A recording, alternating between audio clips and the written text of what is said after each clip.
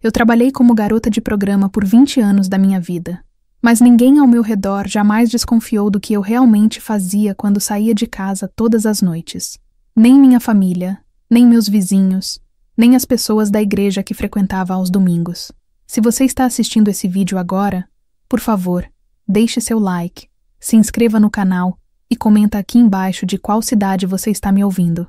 Sua companhia significa muito para mim enquanto eu conto essa história, que guardei em segredo por tanto tempo. Meu nome é Cristina, tenho 62 anos hoje, e preciso voltar no tempo para que você entenda como uma menina de família simples, criada com valores rígidos e sonhos comuns, acabou vivendo uma dupla vida por 2 décadas inteiras. Preciso te contar sobre quem eu era antes de tudo mudar. Nasci e cresci em uma cidade pequena do interior, daquelas onde todo mundo conhece todo mundo, e os segredos duram menos que uma noite de chuva. Minha mãe, Dona Aparecida, era costureira e passava os dias curvada sobre a máquina Singer antiga, que ocupava um canto da nossa sala. O barulho daquela máquina era a trilha sonora da minha infância. Aquele tec-tec-tec ritmado que me acalmava quando eu voltava da escola e fazia a lição de casa na mesinha de fórmica da cozinha. Meu pai, seu Antônio, trabalhava como mecânico em uma oficina no centro da cidade. Ele sempre chegava em casa com as mãos sujas de graxa, o cheiro forte de óleo diesel, grudado na pele, mas com um sorriso no rosto e uma palavra carinhosa para cada um de nós. Éramos 5 irmãos. Eu era a terceira filha, sempre a quieta, a que observava mais do que falava. Minha irmã mais velha, a Marlene, era linda e extrovertida. Vivia rodeada de pretendentes.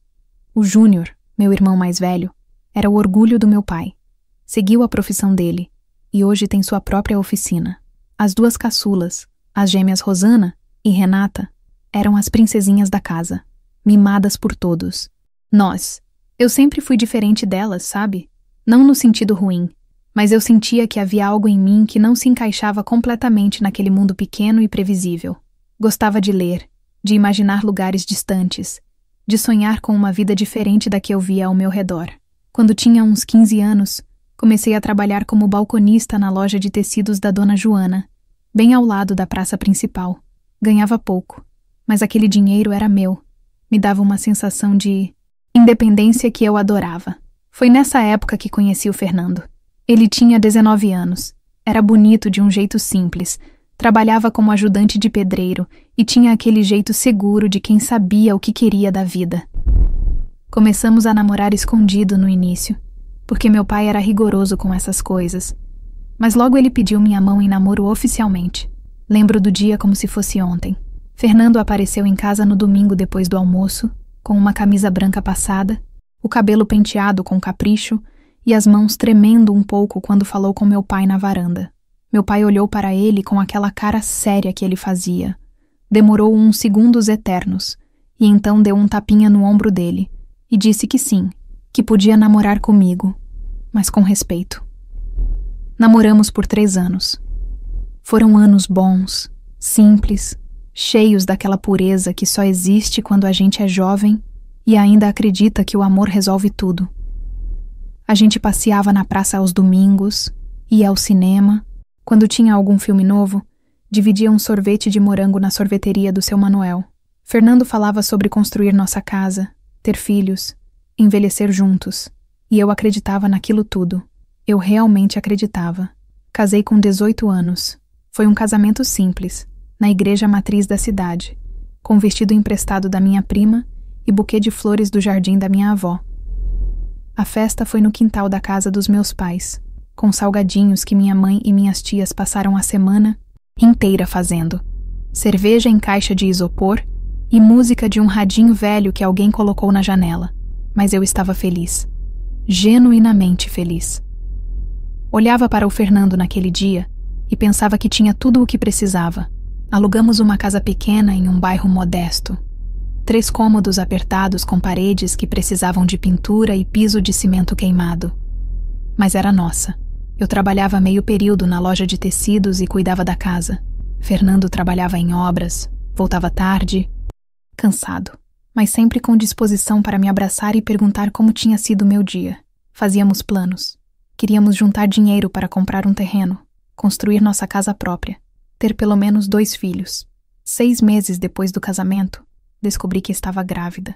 Lembro da alegria que senti quando vi o resultado do exame. Aquelas 2 linhas rosadas que mudavam tudo. Corri para contar ao Fernando assim que ele chegou do trabalho. Ele me pegou no colo, rodou comigo pela sala, pequena, ria e chorava ao mesmo tempo. Ligamos para nossas famílias. Todo mundo ficou emocionado. Minha mãe começou a fazer enxoval imediatamente, tricotando mantinhas e sapatinhos minúsculos, enquanto aquela Singer continuava seu barulho de sempre. Mas a vida tem um jeito cruel de mudar os rumos sem avisar. Eu estava com 7 meses de gravidez, quando Fernando sofreu um acidente na obra onde trabalhava. Uma laje mal escorada desabou. Ele ficou preso por horas debaixo dos escombros. Quando chegaram ao hospital, os médicos fizeram o que puderam, mas a coluna dele tinha sido gravemente comprometida. Ele sobreviveu, mas ficou sem movimento da cintura para baixo. Meu Fernando, aquele homem forte e cheio de vida, ficou preso a uma cadeira de rodas aos 22 anos de idade. O mundo caiu sobre mim naquele momento. Eu tinha 20 anos, estava grávida de 7 meses, e meu marido tinha acabado de se tornar paraplégico. Não tínhamos dinheiro guardado, não tínhamos seguro, não tínhamos nada além um do outro e da força de vontade de sobreviver. A empresa da construção tentou se livrar da responsabilidade, alegou que Fernando não tinha seguido os protocolos de segurança, enrolou com papelada e advogados que a gente não podia pagar. Ficamos à própria sorte. Meu filho nasceu 2 meses depois. Um menino saudável, chorão, que pesou 3,5 quilos e tinha os olhos claros do pai. Demos o nome de Gabriel. Quando a enfermeira colocou ele nos meus braços pela primeira vez, senti uma mistura de amor absoluto e terror paralisante. Como eu ia cuidar de um bebê e de um marido deficiente sem ter um centavo no bolso? Como ia pagar aluguel, comida, remédios, fraldas? Voltamos para casa e a realidade me atingiu como um soco no estômago. Nossa casinha de 3 cômodos virou pequena demais. A cadeira de rodas do Fernando mal passava pelas portas. Ele precisava de ajuda para tudo. Para tomar banho, para ir ao banheiro, para se vestir. E eu tinha um recém-nascido que chorava a noite inteira, que precisava mamar de 3 em 3 horas, que demandava toda a minha atenção e energia. Minha família ajudou no que pôde. Minha mãe me dava comida, minhas irmãs me ajudavam com o Gabriel quando podiam. Mas todo mundo tinha suas próprias vidas, seus próprios problemas. Eu não podia depender deles para sempre. Precisava encontrar uma forma de ganhar dinheiro, de sustentar minha família. Mas como? Não podia trabalhar fora porque precisava cuidar do Fernando e do bebê. Não tinha qualificação para nada além de vender tecidos. E o pouco dinheiro que juntávamos da aposentadoria por invalidez do Fernando mal dava para pagar o aluguel. Foi nessa época que o Fernando começou a mudar. A depressão tomou conta dele como uma sombra que foi crescendo até cobrir toda a luz que existia naquele homem. Ele passava os dias olhando para a parede, calado, com uma expressão vazia no rosto. Parou de brincar com o Gabriel, parou de conversar comigo, parou de sorrir. Era como se a parte dele que eu amava tivesse morrido junto com a capacidade de andar. Tentei ajudar, tentei conversar, tentei fazer ele voltar a viver, mas a dor dele era maior do que qualquer palavra minha poderia alcançar. E então veio o dia que mudou tudo. O dia em que a conta de luz chegou com um valor que não tínhamos como pagar. O dia em que abri a geladeira e vi que só tinha meia lata de leite em pó para o Gabriel. O dia em que o dono da casa apareceu cobrando 3 meses de aluguel atrasado e ameaçando nos colocar na rua. Sentei no chão daquela cozinha minúscula, com meu filho de 4 meses no colo e meu marido na cadeira de rodas olhando para o nada, e chorei. Chorei até não ter mais lágrimas. Chorei até sentir que não havia mais nada dentro de mim, além de um vazio enorme e assustador. Foi a minha vizinha, a Valdirene, que plantou a primeira semente na minha cabeça. Ela tinha uns 30 e poucos anos. Morava sozinha na casa ao lado, sempre bem arrumada, com roupas bonitas e perfume caro. A gente conversava às vezes no varal, trocava bom dia, aquelas coisas de vizinhança. Um dia ela me viu chorando no quintal, enquanto estendia a roupa e veio falar comigo. Me perguntou o que estava acontecendo. E eu desabei. Contei tudo. Ela ficou em silêncio por um tempo, olhando para mim com uma expressão que eu não conseguia decifrar. Então ela disse uma coisa que ficou ecoando na minha cabeça por dias. Cristina, às vezes a gente precisa fazer o que precisa ser feito para sobreviver. Não importa o que os outros vão pensar. Importa que você e sua família tenham comida na mesa e um teto sobre a cabeça. Não entendi na hora o que ela quis dizer. Mas alguns dias depois, quando ela me convidou para tomar um café na casa dela, entendi. Valdirene era garota de programa. Trabalhava de forma discreta, recebia clientes em casa durante a noite, sempre homens mais velhos, empresários que vinham de outras cidades. Ela me contou com uma naturalidade que me chocou e me fascinou ao mesmo tempo. Me disse quanto ganhava por noite, e era muito. Era mais do que eu ganharia em 2 meses trabalhando na loja de tecidos. Voltei para casa com a cabeça girando.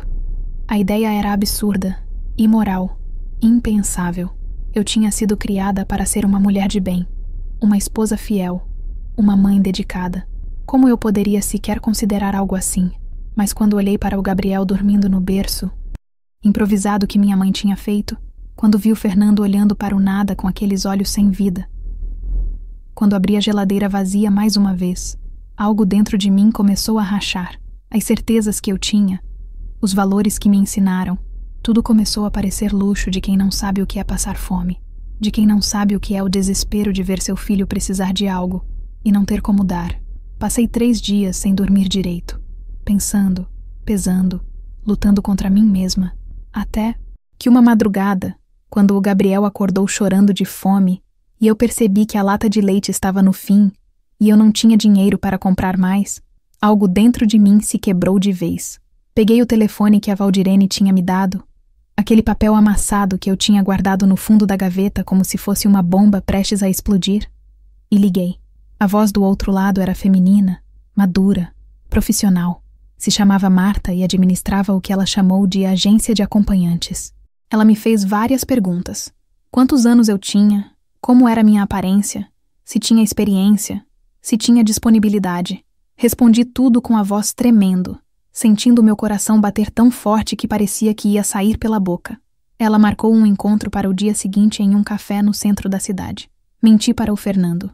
Disse que ia na casa da minha mãe buscar umas coisas para o Gabriel. Ele nem olhou para mim, apenas acenou com a cabeça daquele jeito distante que tinha se tornado o normal. Pedi para minha irmã Marlene ficar com eles por algumas horas. Inventei que precisava resolver uns papéis no banco. Ela aceitou sem fazer muitas perguntas. Graças a Deus. O café era pequeno, meio escondido em uma rua lateral. Cheguei 10 minutos adiantada, com as mãos suando frio e o estômago embrulhado. Marta apareceu pontualmente. Era uma mulher de uns 50 anos, elegante, bem vestida, com cabelos curtos e bem cortados, e uma postura de quem estava acostumada a controlar situações. Pedi um café expresso e foi direto ao ponto. Me explicou como tudo funcionava. Os clientes eram selecionados. Homens com dinheiro, empresários, políticos, médicos. Nada de rua, nada de perigo. Ela tinha apartamentos discretos espalhados pela cidade onde os encontros aconteciam. Tudo limpo, tudo seguro, tudo organizado. Ela ficava com 40% do valor. Eu ficava com 60%. O preço por programa variava dependendo do cliente e do tempo. Mas, em média, eu ganharia em uma noite o que levaria 1 mês para ganhar na loja de tecidos. Senti vontade de levantar e sair correndo daquele lugar. Mas então pensei no Gabriel chorando de fome. Pensei nas contas atrasadas. Pensei no olhar morto do Fernando. E fiquei. Ouvi tudo o que ela tinha para dizer. No final, Marta me olhou nos olhos e perguntou se eu tinha certeza. Disse que esse tipo de trabalho não era para qualquer pessoa, que eu precisava ter estômago para aguentar, que uma vez que eu entrasse, seria difícil sair. Não respondi na hora. Pedi um tempo para pensar. Ela me deu 2 dias. Voltei para casa em um estado de choque. Tudo parecia irreal, como se eu estivesse vivendo a vida de outra pessoa. Dei banho no Gabriel, fiz comida, cuidei do Fernando. Tudo no automático. À noite, quando todos estavam dormindo, sentei na cozinha com um copo de água na mão e deixei as lágrimas caírem em silêncio. Orei. Pedi a Deus que me perdoasse pelo que eu estava prestes a fazer.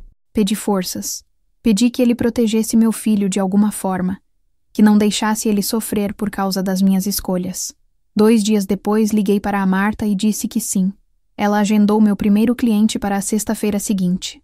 Eu tinha uma semana para me preparar mentalmente, mas não existe preparação para algo assim. Não quando você foi criada acreditando que seu corpo era sagrado, que intimidade era algo que se dividia apenas com o homem que você amava. Passei aquela semana em um turbilhão de emoções. Medo, vergonha, culpa, mas também uma esperança desesperada de que aquilo resolveria nossos problemas. Na sexta-feira, tomei um banho demorado, me arrumei com as roupas mais bonitas que eu tinha, passei uma maquiagem leve, olhei para o espelho e mal me reconheci. Menti novamente para o Fernando. Disse que ia trabalhar como garçonete em uma festa particular, que ia voltar tarde. Ele não questionou. Estava além do ponto de questionar qualquer coisa. O apartamento ficava em um prédio discreto, bem localizado. Marta me encontrou no saguão. Me levou até o terceiro andar. O lugar era bem decorado, limpo, com móveis de bom gosto e lençóis brancos que cheiravam a amaciante. Ela me deu instruções finais. Me disse para relaxar, para deixar o cliente conduzir, para fazer o que ele pedisse desde que não envolvesse violência ou coisas muito estranhas. Me entregou um pacote de preservativos e me disse que o uso era obrigatório, sem exceções. Então ela foi embora e me deixou sozinha naquele quarto, esperando. O homem chegou meia hora depois. Tinha uns 45 anos, barriga de cerveja, terno caro, aliança no dedo. Empresário do ramo de transportes, disse ele. Veio de outra cidade para fechar negócios e queria companhia. Foi educado, quase gentil. Ofereceu bebida, tentou conversar um pouco, mas eu mal conseguia falar. Minha garganta estava fechada. Ele percebeu meu nervosismo, perguntou se era minha primeira vez naquilo. Menti e disse que não. Ele não acreditou, mas não insistiu no assunto. O que aconteceu depois foi mecânico, distante. Desliguei alguma coisa dentro de mim e deixei meu corpo fazer o que precisava ser feito, enquanto minha mente voava para longe dali. Para um lugar onde eu ainda era a Cristina que acreditava em finais felizes e no amor verdadeiro. Quando terminou, ele me pagou em dinheiro, notas de 100 dobradas dentro de um envelope. Me agradeceu, disse que eu tinha sido ótima, que queria me ver de novo. Sorri e disse que seria um prazer. Ele saiu. Fiquei sozinha naquele quarto, sentada na beira da cama bagunçada, segurando aquele envelope como se ele fosse queimar minha mão. Chorei no banheiro. Chorei debaixo do chuveiro enquanto lavava meu corpo com força, tentando tirar o cheiro dele, o toque dele, a sensação de ter me vendido. Mas quando sequei as lágrimas, contei o dinheiro e vi que era o suficiente para pagar a conta de luz, comprar comida para um mês inteiro e ainda sobrar um pouco. Algo dentro de mim endureceu. Eu tinha feito o que precisava ser feito. Ponto. Não havia volta. Não havia espaço para arrependimento. Tinha uma família para sustentar, e aquele era o caminho que eu tinha escolhido. Nas semanas seguintes, os programas se tornaram mais frequentes. 2, 3 por semana. Marta ligava, marcava o horário, eu ia. Sempre homens diferentes.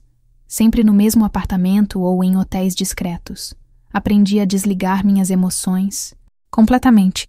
Aprendi a sorrir, a fingir prazer, a fazer os homens se sentirem especiais mesmo quando tudo que eu sentia era vazio. Aprendi a separar a Cristina que voltava para casa e cuidava do filho da Cristina que existia naqueles quartos de hotel. E o dinheiro começou a entrar. Dinheiro suficiente para pagar todas as contas em dia, para comprar comida de verdade, para dar ao Gabriel tudo o que ele precisava. Comprei remédios para o Fernando, roupas novas, até consegui pagar um fisioterapeuta particular para tentar ajudar na recuperação dele. Minha família começou a perguntar de onde estava vindo aquele dinheiro. Inventei que tinha conseguido um emprego como secretária em uma empresa, que trabalhava à noite porque pagava mais. Minha mãe achou estranho no início, mas quando viu que as coisas estavam melhorando, parou de fazer perguntas. Fernando também não perguntava. Ele vivia em seu próprio mundo de silêncio e dor, alheio a tudo o que acontecia ao redor. Às vezes eu olhava para ele e sentia uma mistura de amor e ressentimento tão forte que me assustava. Amor pelo homem que ele tinha sido, pelo pai que ele poderia ter sido para o Gabriel. Ressentimento por ter me deixado sozinha para carregar todo o peso da nossa sobrevivência, por ter desistido de lutar, por ter se entregado à depressão de um jeito tão completo que não sobrou espaço para mais nada. Os meses foram passando e eu fui me acostumando com aquela rotina dupla. De dia era mãe, dona de casa, cuidadora. De noite era outra pessoa. Aprendi os truques do ofício. Aprendi a ler os homens, a saber o que eles queriam antes mesmo deles pedirem. Aprendi que alguns só queriam sexo rápido e sem conversa. Outros queriam atenção, queriam ser ouvidos, queriam fingir por algumas horas que eram desejados e especiais. Aprendi que a maioria estava fugindo de alguma coisa, de esposas insatisfeitas, de casamentos mortos, de vidas vazias apesar de todo o dinheiro que tinham. Conheci homens de todos os tipos. Teve o José, empresário do ramo de construção, que chorava depois do sexo e me contava sobre a filha que não falava com ele há anos. Teve o Dr. Renato, cirurgião respeitado, que gostava de ser humilhado e tratado com rispidez. Teve o Fábio, político da cidade vizinha, que estava sempre preocupado com discrição e com a carreira. Cada um levava sua própria bagagem, suas próprias feridas. E eu estava ali para fazer eles esquecerem por uma hora, por uma noite. Mas o que ninguém te conta sobre esse tipo de vida é que não importa o quanto você tente se proteger, não importa quantas barreiras você construa ao redor do seu coração, alguma coisa vai rachando por dentro. Devagar, aos poucos, sem que você perceba, comecei a ter pesadelos. Sonhava que o Gabriel descobria o que eu fazia e me olhava com nojo. Sonhava que minha mãe me expulsava de casa, que minha família me renegava. Acordava no meio da noite suada, com o coração disparado, e levava minutos para lembrar onde estava, quem eu era. Comecei a beber. Nada exagerado no início. Apenas uma taça de vinho antes de sair para os programas, para acalmar os nervos. Mas logo uma taça virou 2, depois 3. O álcool me ajudava a desligar aquela voz dentro da minha cabeça que não parava de me julgar, que me chamava de vagabunda, de mãe indigna, de mulher perdida. A bebida me ajudava a fazer o que precisava ser feito sem sentir tanto. Foi mais ou menos nessa época, uns 6 meses depois de ter começado naquela vida, que conheci o Marcelo. Ele era diferente dos outros desde o primeiro momento. Mais jovem, uns 30 e poucos anos, bonito de um jeito natural, bem educado, dono de uma rede de farmácias. Me tratou com respeito desde o início. Me perguntou meu nome de verdade. Quis saber um pouco sobre mim. Algo nele me desarmou. Conversei mais do que deveria. Contei algumas meias-verdades sobre minha vida. Ele me ouviu com atenção genuína. O programa. Com ele foi diferente também. Ele não teve pressa, não foi mecânico. Foi gentil, quase terno. E pela primeira vez desde que tinha começado naquilo, eu não consegui desligar completamente. Senti alguma coisa. Uma conexão pequena, mas real. Quando ele foi embora, me deu o número de telefone pessoal e disse que queria me ver novamente, mas não como cliente. Queria me conhecer de verdade. Fiquei sem saber o que responder. Guardei o número, mas não liguei. Ele voltou na semana seguinte. Marcou outro programa através da Marta. E de novo foi diferente. Conversamos mais do que fizemos qualquer outra coisa. Ele me contou sobre o divórcio recente, sobre a solidão que sentia mesmo cercado de gente, sobre como aquela cidade o sufocava. Eu me peguei compartilhando coisas verdadeiras. Falei sobre o Gabriel, sobre como era difícil criar um filho sozinha, sobre os sonhos que eu tinha abandonado. Não contei sobre o Fernando. Não contei a verdade toda, mas foi mais verdade do que eu tinha compartilhado com qualquer cliente. Quando ele saiu daquela vez, me pediu de novo para ligar, para a gente se ver fora daquele contexto. E dessa vez, 3 dias depois, eu liguei. Marcamos de tomar um café em uma cidade vizinha, longe de olhares conhecidos. Foi estranho estar com ele sem ser em um quarto de hotel, sem que houvesse dinheiro envolvido. Conversamos por horas. Ele era inteligente, engraçado. Tinha aquela leveza de quem ainda não tinha sido completamente quebrado pela vida. Me senti quase normal naquelas horas, quase como a menina que eu tinha sido antes de tudo desmoronar. Começamos a nos ver regularmente. Ele não pagava mais pelos encontros, mas me ajudava financeiramente de outras formas. Dava presentes caros, pagava contas, dizia que queria cuidar de mim. E eu deixei aquilo acontecer. Deixei porque estava cansada, porque precisava acreditar que havia algo mais na minha vida, além daquela rotina mecânica de vender meu corpo para sobreviver. Deixei porque ele me fazia sentir desejada de verdade, não como mercadoria, mas como mulher. Mas a vida tem um jeito de nunca deixar você esquecer quem você realmente é. Um ano havia se passado desde que comecei naquela vida. O Gabriel estava maior, começando a engatinhar, a balbuciar as primeiras palavras. Fernando continuava na mesma, preso em sua cadeira e em sua tristeza. E eu continuava saindo todas as noites, mentindo para todo mundo, vivendo essa farsa que ia ficando cada vez mais pesada de sustentar. As coisas começaram a ficar complicadas quando a Marlene, minha irmã, começou a fazer perguntas mais diretas. Ela aparecia em casa de surpresa, tentando me pegar em alguma mentira. Dizia que eu estava diferente, mais distante, que tinha um olhar estranho. Minha mãe também começou a desconfiar. Me perguntava por que eu estava sempre cansada, por que tinha olheiras fundas mesmo quando dizia que tinha dormido bem. Eu inventava desculpas. Dizia que era o cansaço, de cuidar do Fernando e do Gabriel, que era o trabalho puxado. Mas sentia que a desconfiança delas crescia a cada dia. Pior ainda foi quando comecei a encontrar conhecidos nos lugares onde eu trabalhava. Uma vez estava no saguão de um hotel esperando um cliente quando vi a filha da dona Joana, minha antiga patroa, atravessando o corredor. Meu coração quase parou. Abaixei a cabeça.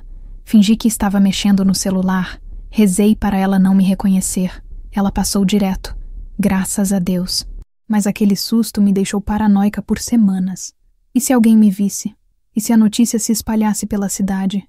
E se chegasse até minha família? Comecei a ser mais cuidadosa.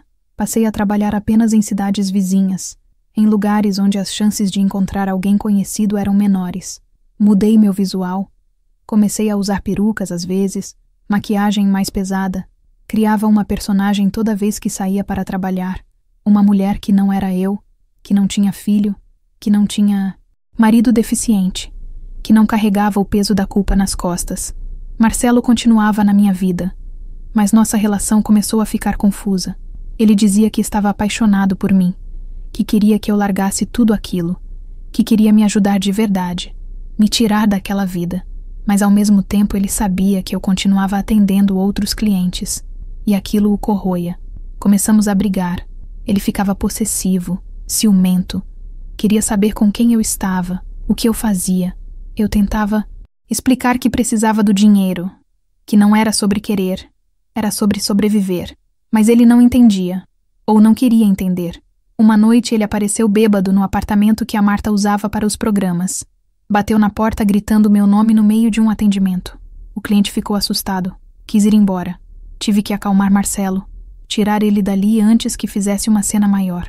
Quando finalmente consegui, ele chorou nos meus braços. Disse que não aguentava me dividir, que estava sofrendo. E eu não soube o que dizer, porque no fundo eu também estava sofrendo. Mas não tinha o luxo de escolher parar. Depois daquele episódio, Marta me chamou para conversar. Disse que não podia ter esse tipo de confusão, que afastava os clientes, que era péssimo para os negócios. Me deu um ultimato. Ou eu terminava com o Marcelo, ou ela não poderia mais trabalhar comigo. Fiquei paralisada. Precisava daquele trabalho, mas também não queria perder o Marcelo. Ele era a única coisa boa que tinha acontecido na minha vida em tanto tempo. Prometi a Marta que resolveria a situação. Tentei terminar com Marcelo. Marquei de encontrar ele em um parque, longe de tudo. Disse que não podia mais, que nossa relação não tinha futuro, que ele merecia alguém melhor. Ele me implorou para não fazer aquilo. Disse que esperaria o tempo que fosse necessário, que me ajudaria a sair daquela vida, que a gente podia recomeçar juntos. E eu quase acreditei, quase. Mas então pensei, no Fernando em casa, no Gabriel que precisava de mim, na realidade que não mudaria só porque eu queria, e disse não. Dessa vez foi definitivo. Ele foi embora e eu fiquei sozinha naquele parque, vendo o sol se pôr, sentindo que tinha perdido a última chance de ser feliz de verdade. Os meses seguintes foram os mais difíceis. Sem o Marcelo, sem nada além do trabalho mecânico e do dinheiro que entrava, comecei a me sentir completamente vazia. Aumentei a bebida. Não era mais só antes dos programas. Era durante o dia também. Um copo de vinho no almoço, outro no meio da tarde. O suficiente para embotar a dor constante que eu sentia no peito. Minha mãe percebeu. Me confrontou um dia quando fui deixar o Gabriel na casa dela. Disse que eu estava com cheiro de bebida, que estava com cara de quem não dormia direito, que estava preocupada comigo. Perdi a paciência. Gritei com ela pela primeira vez na vida. Disse que ela não sabia de nada, que não tinha direito de me julgar, que eu estava fazendo o melhor que podia. Saí batendo a porta. Não conversei com ela por 2 semanas depois disso. Fernando também começou a mudar. Ou talvez eu que comecei a prestar mais atenção. Ele estava observando mais, fazendo mais perguntas. Queria saber para onde eu ia toda noite. Por que voltava tão tarde? Por que às vezes eu chegava cheirando diferente? Inventei histórias cada vez mais elaboradas. Disse que tinha sido promovida, que agora atendia clientes importantes, que precisava estar sempre impecável. Ele olhava para mim com uma expressão que eu não conseguia decifrar. Desconfiança? Tristeza? Resignação? Não sei. Mas sentia que algo estava mudando entre nós também. E então, teve a noite em que tudo quase desmoronou. Eu estava em um programa com um cliente novo, um homem mais velho, próspero, do ramo de imóveis. Tudo estava correndo normal até que ele teve um ataque cardíaco bem no meio do ato. Simplesmente levou a mão ao peito, ficou roxo e desabou na cama. Entrei em pânico. Liguei para a Marta gritando. Ela ligou para uma ambulância.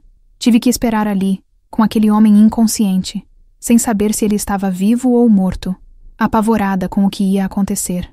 Os paramédicos chegaram, fizeram perguntas. Tive que inventar que era a namorada dele, que estávamos juntos quando passou mal. Eles olharam para mim com aquela expressão de quem sabia exatamente o que eu era. Mas não disseram nada.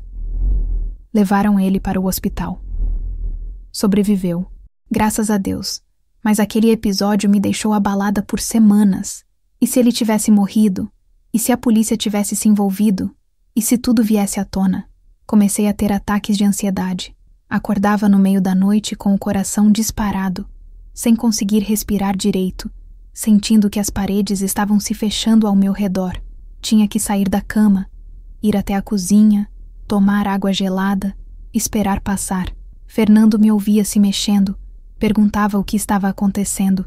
Eu dizia que era só insônia, que logo passava, mas não passava.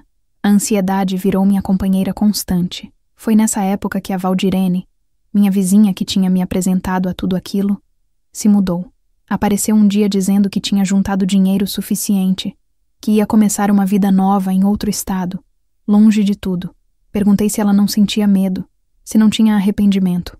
Ela me olhou com aqueles olhos cansados e disse algo que nunca esqueci. Cristina, a gente sobrevive do jeito que consegue. Não existe certo ou errado quando você está com água no pescoço. Existe o que funciona e o que não funciona. E isso aqui funcionou para mim. Agora é hora de seguir em frente. Espero que você também consiga um dia.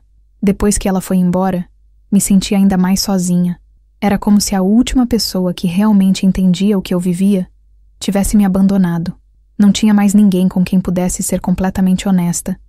Ninguém que conhecesse toda a verdade. Estava presa em uma teia de mentiras tão complexa que eu mesma às vezes me perdia nelas. O Gabriel estava crescendo. Começou a caminhar, a falar, a chamar por mim. Aquele menino lindo, de olhos claros e sorriso fácil, que me olhava como se eu fosse a pessoa mais importante do mundo. E cada vez que ele me abraçava, cada vez que dizia mamãe com aquela vozinha fininha, eu sentia uma dor no peito, porque eu sabia que estava fazendo tudo por ele, para dar a ele uma vida melhor, mas ao mesmo tempo estava destruindo a pessoa que ele acreditava que eu era.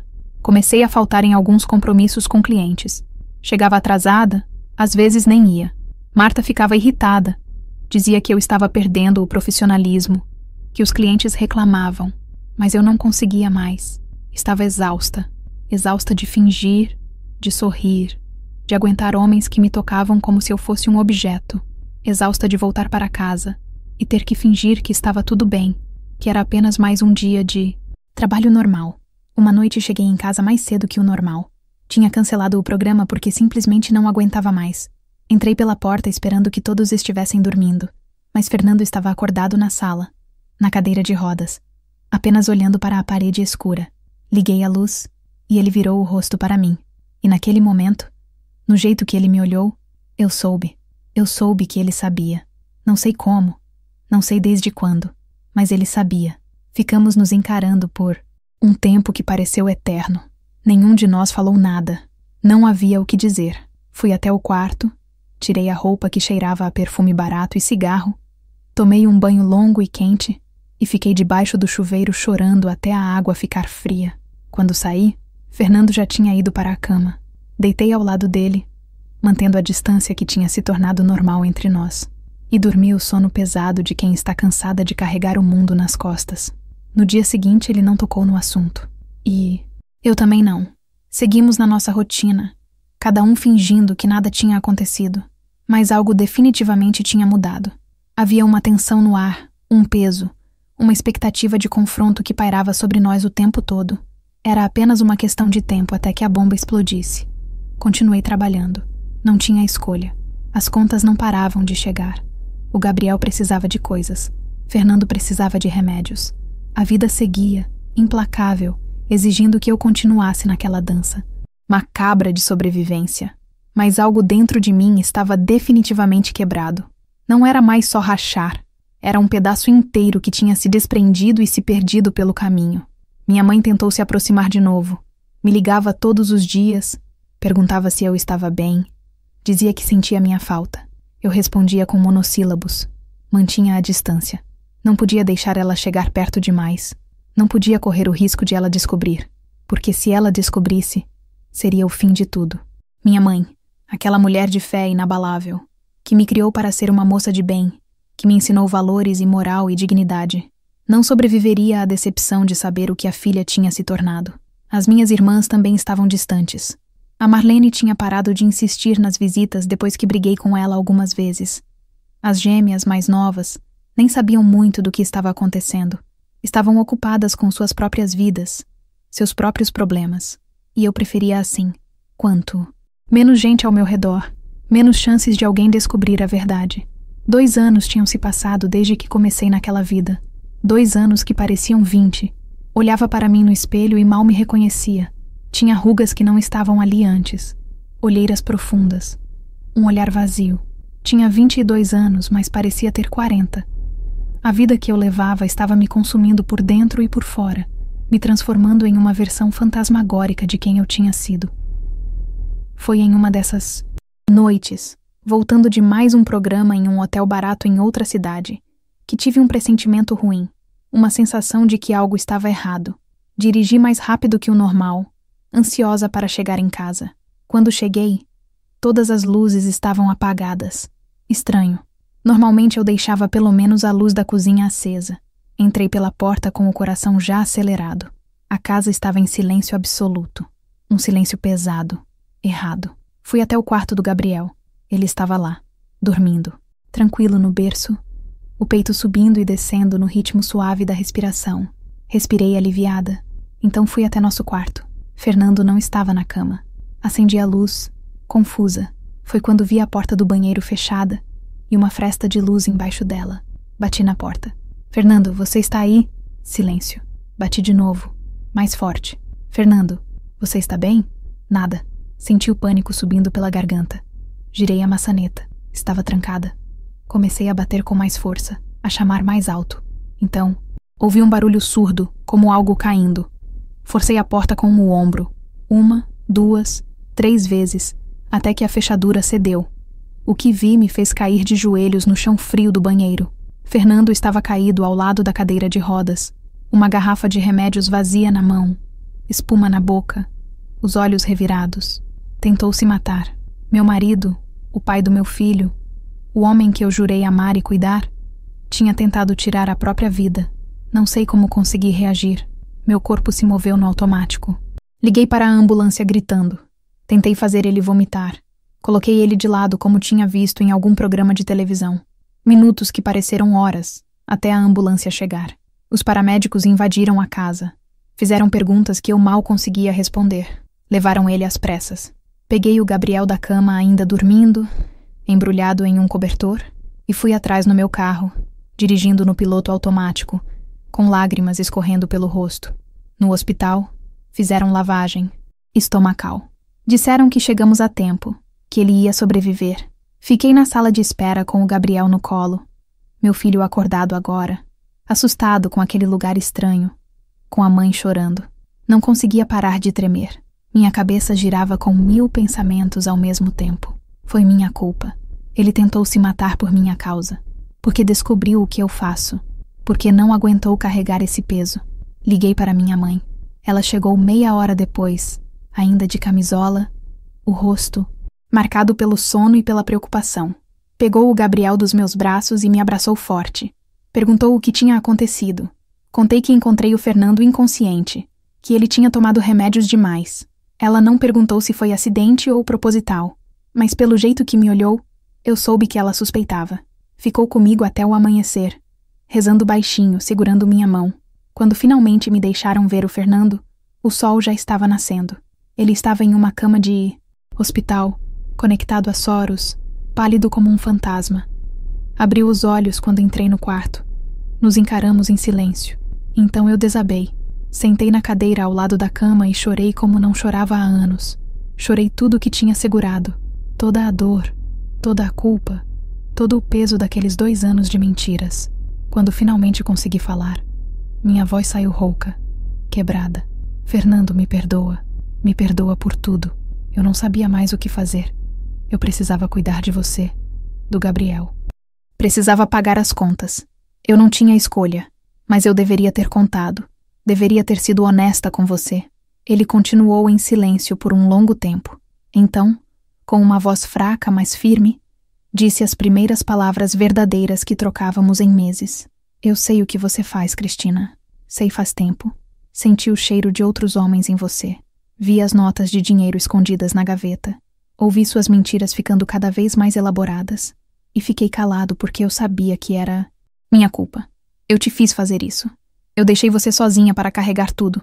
Eu desisti de viver e te forcei a fazer coisas que nunca deveria ter feito. Não é sua culpa. Sussurrei. Não é. É sim. Ele disse. E lágrimas começaram a escorrer pelo rosto dele. Tudo é minha culpa. Depois do acidente, eu morri por dentro. Virei um peso morto que você teve que carregar. E em vez de lutar, em vez de tentar ser forte por você e pelo nosso filho, eu me entreguei. Te deixei se destruir sozinha. Ontem à noite, quando você saiu mais uma vez, eu fiquei olhando para o Gabriel dormindo e pensei que ele merecia coisa melhor. Merecia uma mãe que não tivesse que se vender para sustentar um pai inútil. Pensei que vocês estariam melhor sem mim. Segurei a mão dele. Aquela mão que um dia tinha sido forte e agora era fraca e fria. Não diga isso. Não diga isso nunca mais. O Gabriel precisa de você. Eu preciso de você. Mas vocês precisam de uma versão minha que não existe mais. Ele disse. Vocês precisam do homem que eu era, não do que eu sou. E eu não sei como voltar a ser aquele homem. Ficamos ali, de mãos dadas, chorando juntos pela primeira vez em anos, por tudo que tínhamos perdido, por tudo que tínhamos nos tornado, pela vida que deveria ter sido, e não foi. E naquele momento, no meio da dor mais profunda, algo começou a se abrir. Uma pequena fresta de verdade, de conexão real que não existia há tanto tempo. Os médicos disseram que ele precisaria ficar internado por alguns dias, que teria que fazer acompanhamento psiquiátrico. Concordei com tudo.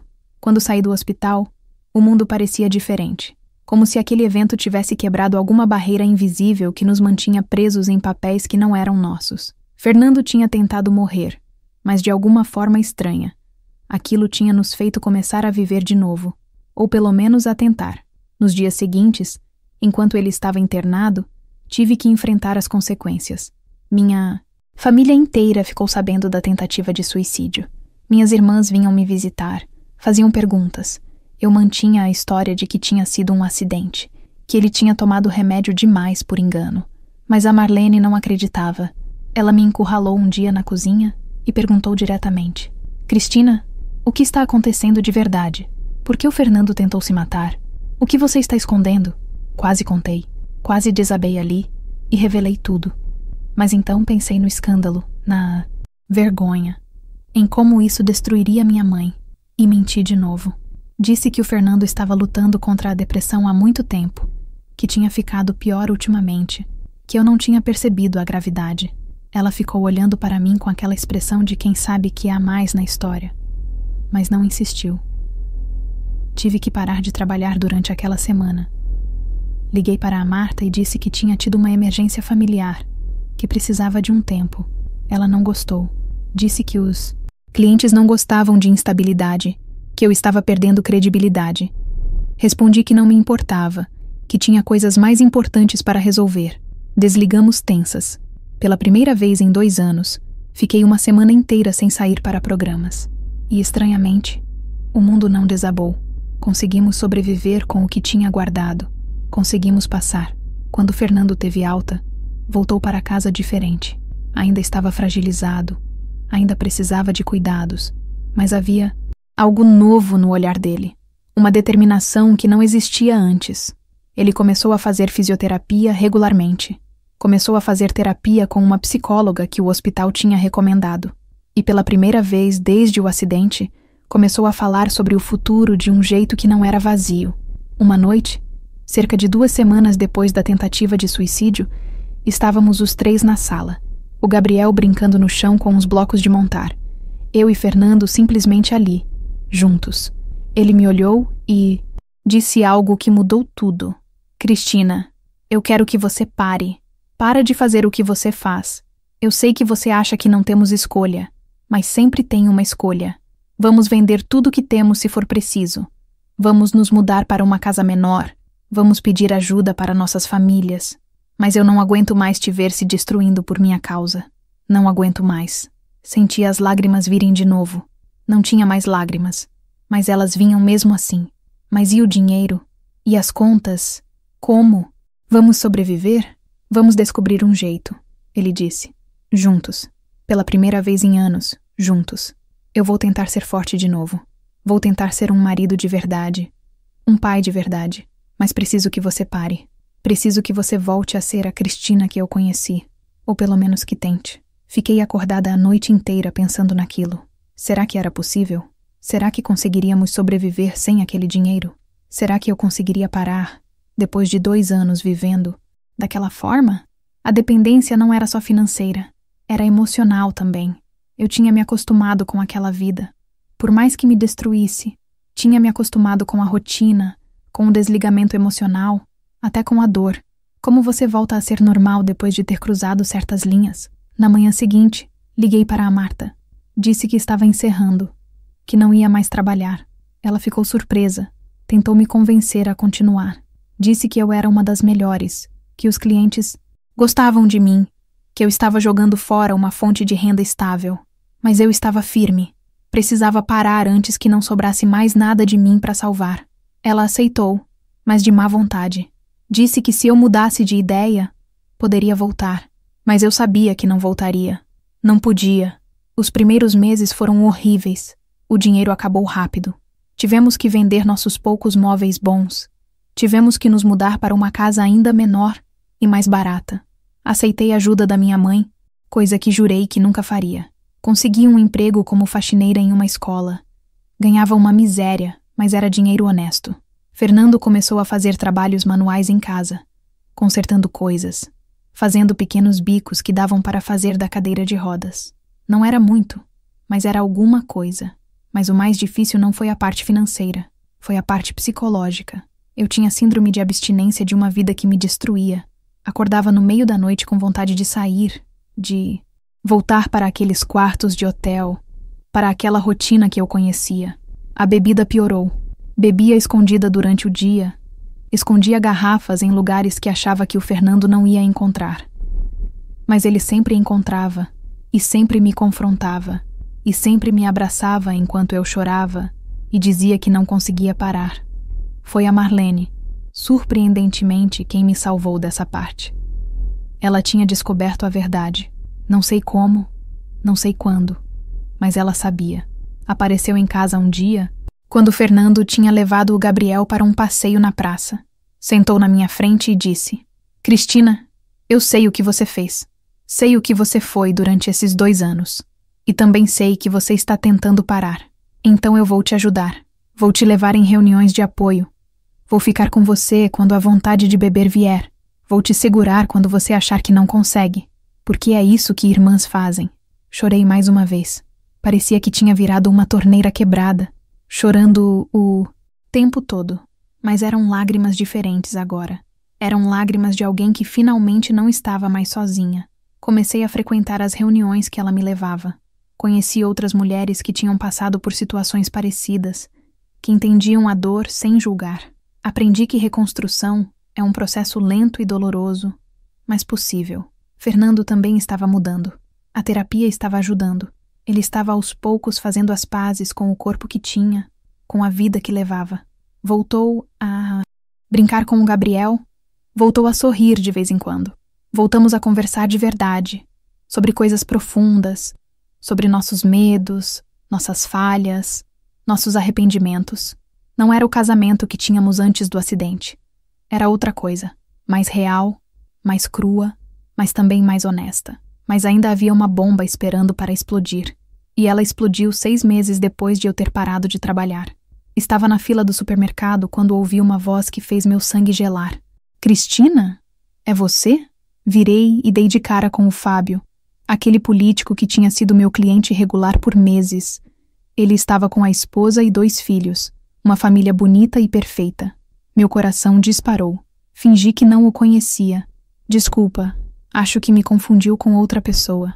Mas ele insistiu. Não, tenho certeza que é você. A gente não se conhece de algum lugar? A esposa dele começou a prestar atenção. Olhou para mim com curiosidade. Sorri da forma mais natural que consegui e disse que não, que devia ser engano mesmo. Paguei minhas compras às pressas e saí quase correndo. Mas durante os dias seguintes, fiquei paranoica. E se ele contasse para alguém? E se a história se espalhasse? E se finalmente, depois de todo esse esforço para reconstruir, tudo viesse abaixo? Contei para o Fernando. Sentamos na cozinha e desabafei tudo. O pânico, o medo, a sensação de que meu passado nunca ia me deixar em paz. Ele me ouviu em silêncio, e então disse algo que me surpreendeu. Cristina, você não é mais aquela pessoa.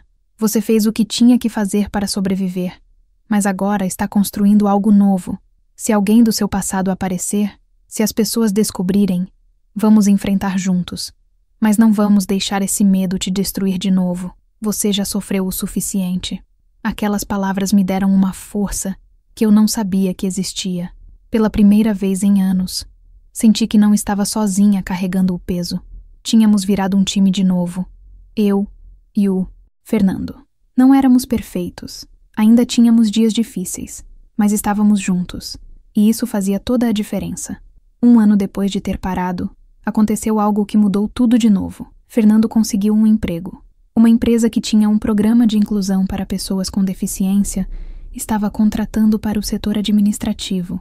Ele mandou currículo, foi chamado para entrevista e conseguiu. Não pagava muito, mas era um salário fixo. Ele voltou para casa naquele dia com um brilho nos olhos que eu não via há anos. Olhou para mim e disse: Consegui, Cristina. Consegui ser útil de novo. Chorei. Claro que chorei. Mas dessa vez eram lágrimas de alegria, de esperança, de alguém que finalmente estava vendo uma luz no fim de um túnel muito longo e escuro. Naquela noite, fizemos uma comemoração simples. Só nós 3. O Gabriel já tinha 3 anos. Falava sem parar. Era um menino lindo e feliz que não tinha ideia de tudo que seus pais tinham passado para chegar ali. E enquanto eu olhava para eles 2, minha pequena família quebrada, mas em reconstrução, pensei que talvez, apenas talvez, tudo fosse ficar bem. Mas a vida não é feita de finais felizes simples. E meu passado ainda tinha algumas contas a cobrar. 2 semanas depois da comemoração, recebi uma ligação de um número desconhecido. Atendi sem pensar. Uma voz masculina, rouca, agressiva. Cristina, lembra de mim? É o Roberto. A gente se divertiu bastante há uns anos atrás. Gelei. Roberto tinha sido um dos meus piores clientes. Um homem violento que a Marta tinha parado de mandar para mim depois de um incidente onde ele tinha me machucado. Ele continuou. Eu te vi outro dia na cidade. Ainda está bonita. Pensei em renovar velhos tempos. Ou quem sabe contar para algumas pessoas sobre os velhos tempos. Sua família deve ser muito interessante de conhecer. Era chantagem. Pura e simples. Ele queria dinheiro. Ou queria me forçar a voltar. Desliguei o telefone tremendo. O pesadelo que eu achava que tinha terminado estava voltando. E dessa vez, ameaçava destruir tudo que eu tinha conseguido reconstruir. Era chantagem. Pura e simples. Ele queria dinheiro, ou queria me forçar a voltar. Desliguei o telefone tremendo. O pesadelo que eu achava que tinha terminado estava voltando, e dessa vez ameaçava destruir tudo que eu tinha conseguido reconstruir. Sentei no chão da cozinha, abraçando meus joelhos, sentindo as paredes girarem ao meu redor. Por quanto tempo conseguiria fugir do meu passado? Por quanto tempo teria que pagar por escolhas que fiz para sobreviver? Fiquei ali, paralisada, até ouvir a chave girando na fechadura. Era o Fernando voltando com o Gabriel da pracinha. Sequei as lágrimas rapidamente, forcei um sorriso e fui recebê-los como se nada tivesse acontecido. Mas à noite, quando estávamos deitados no escuro, contei tudo. Fernando ficou em silêncio por um longo tempo. Então acendeu o abajur, sentou na cama com dificuldade e me olhou com uma determinação que eu não esperava. Cristina, chega. Chega de ter medo. Chega de deixar esse passado te perseguir. Amanhã a gente vai na polícia. Vai fazer um boletim de ocorrência. Isso é extorsão. É crime. E se esse desgraçado aparecer de novo, a gente vai estar preparado. Você não está mais sozinha nessa luta. Tentei argumentar. Disse que tinha medo de expor tudo, de ter que contar para os policiais o que eu tinha sido. Ele segurou minha mão com força e disse algo que ficou gravado na minha alma. Eu não me importo com o que você foi. Me importo com quem você é. E você é uma mulher que fez o impossível para salvar a família. Não tem vergonha nenhuma nisso. No dia seguinte, fomos juntos à delegacia. Foi uma das coisas mais difíceis que já fiz. Sentar na frente de um policial e contar minha história. Admitir o que eu tinha feito. Explicar a situação. O delegado, um homem de uns 50 anos com cara cansada de quem já tinha visto de tudo, me ouviu, sem julgamento. Fez algumas perguntas, anotou tudo, disse que ia investigar. Não prometeu milagres, mas pelo menos agora havia um registro oficial. Se Roberto aparecesse de novo, haveria consequências legais. Saímos de lá com um peso a menos, mas ainda assim assustados. Eu esperava que ele ligasse de novo, que aparecesse na minha porta, que cumprisse as ameaças. Mas dias se passaram e nada aconteceu. 1 semana, 2, 1 mês. O silêncio era quase pior que a ameaça. Ficava olhando por cima do ombro o tempo todo, sobressaltada com qualquer barulho estranho, com qualquer carro desconhecido na rua. Estava vivendo em um estado constante de alerta que me esgotava. Foi a Marlene, mais uma vez, quem me trouxe de volta à realidade. Ela apareceu em casa uma tarde e me encontrou olhando pela janela pela 5ª vez em 10 minutos. Sentou do meu lado e falou com aquela firmeza de irmã mais velha. Cristina, você não pode viver assim. Você não pode deixar um fantasma do passado controlar seu presente. Se esse homem aparecer, a gente lida com isso.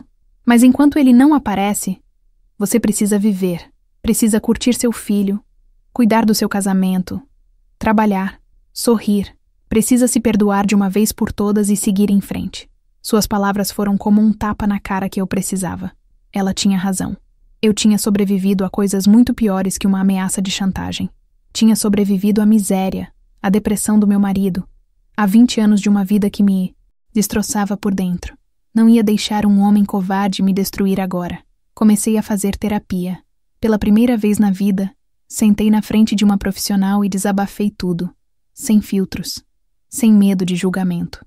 Contei sobre os programas, sobre a culpa, sobre o medo constante de ser descoberta, sobre a vergonha que carregava como uma segunda pele. E ela me ajudou a entender que eu não era uma pessoa má, que tinha feito escolhas difíceis em situações impossíveis, que precisava parar de me punir por ter sobrevivido. As sessões eram dolorosas, mexiam em feridas que eu tinha tentado enterrar, mas também eram libertadoras. Aos poucos fui aprendendo a me perdoar, a aceitar que aquela parte da minha vida tinha acontecido, mas não me definia completamente. O Gabriel estava crescendo lindo e inteligente. Com 4 anos já sabia o alfabeto todo, adorava desenhar, tinha uma imaginação fértil que me encantava. Ele não sabia de nada sobre o passado dos pais, vivia em um mundo de inocência e alegria, que eu e o Fernando nos esforçávamos para manter intacto. Ver ele correr pela casa, ouvir suas risadas, sentir seus abraços apertados, era o que me mantinha seguindo em frente nos dias mais difíceis. Aquele menino era a prova viva de que nem tudo estava perdido, de que coisas boas podiam nascer mesmo no meio do caos. Fernando estava se saindo bem no trabalho. Tinha até sido promovido. assumido mais responsabilidades.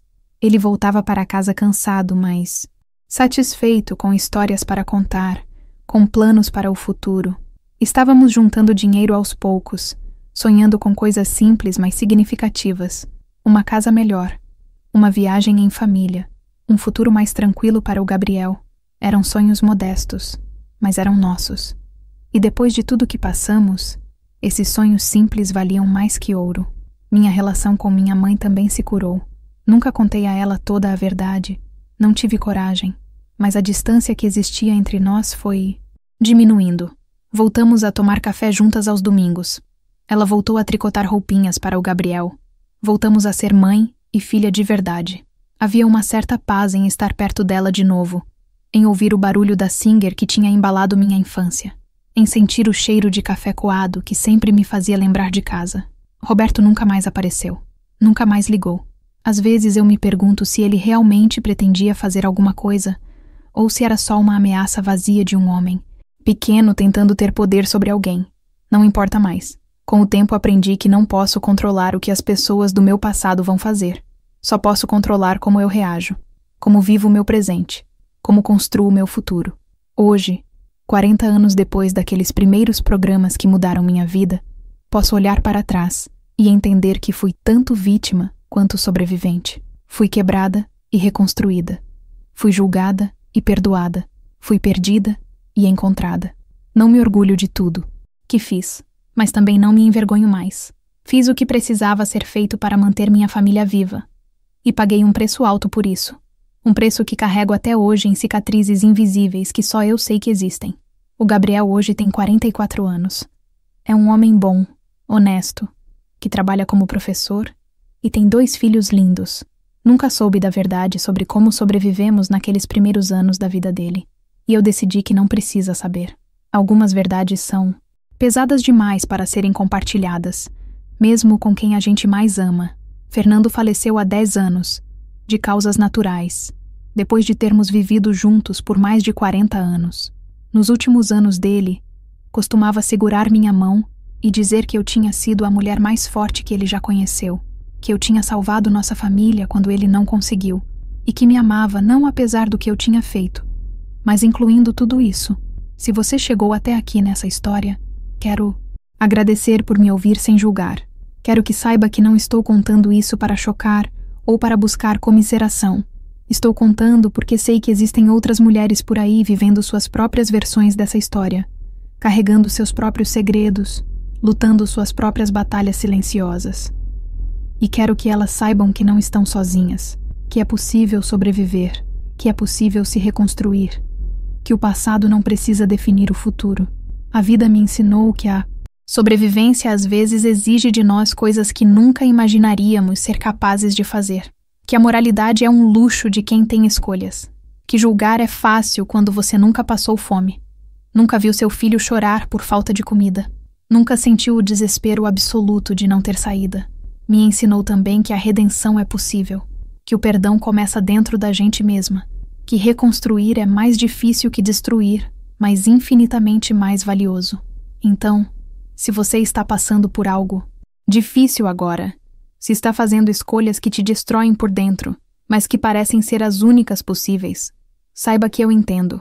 Não vou te julgar, mas também quero te dizer que há esperança do outro lado, que dias melhores podem vir, que você é mais forte do que imagina e que merece perdão, especialmente o seu próprio. Obrigada por me ouvir. Obrigada por não me julgar. Obrigada por permitir que eu finalmente conte essa história que guardei em segredo por tanto tempo. Que Deus abençoe você, onde quer que esteja.